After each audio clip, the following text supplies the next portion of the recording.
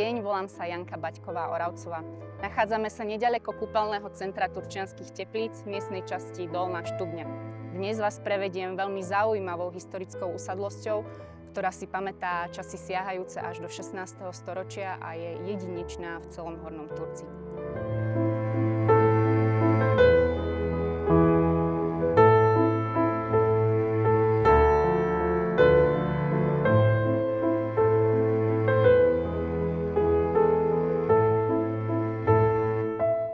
Poďte, pozývam vás na prehliadku.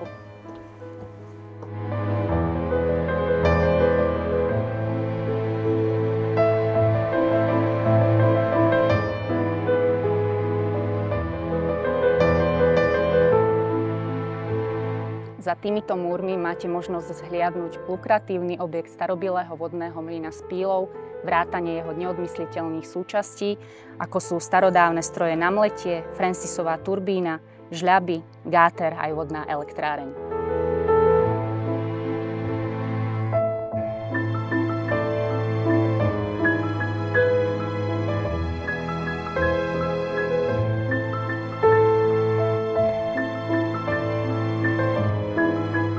Či už by tu vznikol priestor pre vzdelávacie, komunitné alebo kultúrno-spoločenské centrum, biofarma, penzión, galéria alebo múzeum s reštauráciou či rodinné sídlo. Na tomto mieste si môžete splniť svoj sen o bývaní aj podnikaní.